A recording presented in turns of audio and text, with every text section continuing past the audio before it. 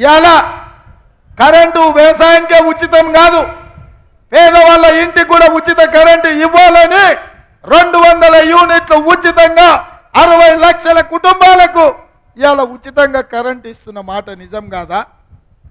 అదేవిధంగా ఇందిరమ్మ ఇల్లు, పేదవాడికి సొంత ఇల్లు, ఆత్మగౌరవం, పేదవాడు ఆత్మగౌరవంతో బ్రతకాలని ఇవాళ 4,50,000 ఇండ్లు 22,500 కోట్ల రూపాయలతోటి ఇవాళ పేదలకు ఇల్లు ఇవ్వాలని మా ప్రభుత్వం నిర్ణయం తీసుకున్న మాట నిజం కాదా?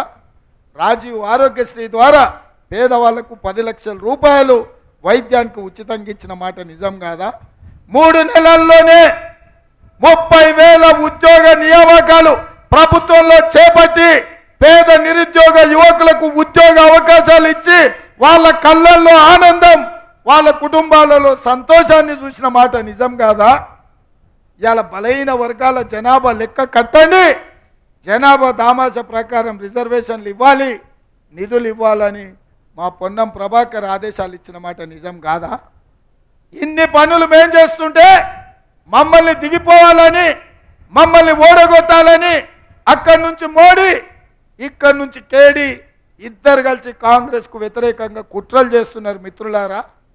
ఇవాళ అందుకే మీ దగ్గరకు వచ్చిన ఈ సిరిసిల్ల గడ్డ మీద చాలా విషయాలు మాట్లాడదాం అనుకున్నా, అనుకోకుండా ఆలస్యమైంది.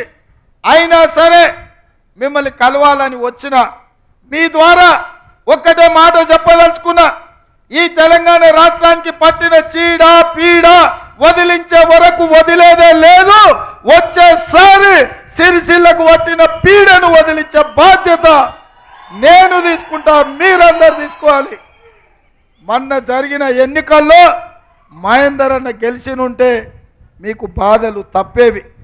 ఇవాళ ఆయన పొంకనాలు కొడుతున్నాడు, చేనేత కార్మికుల గురించి మాట్లాడుతున్నాడు. నేను అడుగుతున్నా, ఈ ఉద్దెరోడు 40,000 కోట్ల రూపాయలు ఉద్దెర పెట్టిపోయింది పోతా పోతా. ఇక ఆ ఉద్దెర బకాయిలు చెల్లించలేక నేను చేస్తున్నా. మా చేనేత కార్మికులకు కూడా 150-160 కోట్లు బకాయిలు పెడితే మా ఆది సీనన్న, మా పొన్నం ప్రభాకర్ మహేందర్ రెడ్డి గారు వచ్చి మా దగ్గర 275 అంట 275 కోట్లు ఉద్దెర పెట్టిపోయిండు. ఈ ఉద్దెరోడు, ఈ తాగుబోతుల సంసారం ఇవాళ తెలంగాణలో ఉద్దెర బకాయిలు ఎక్కువైనాయి.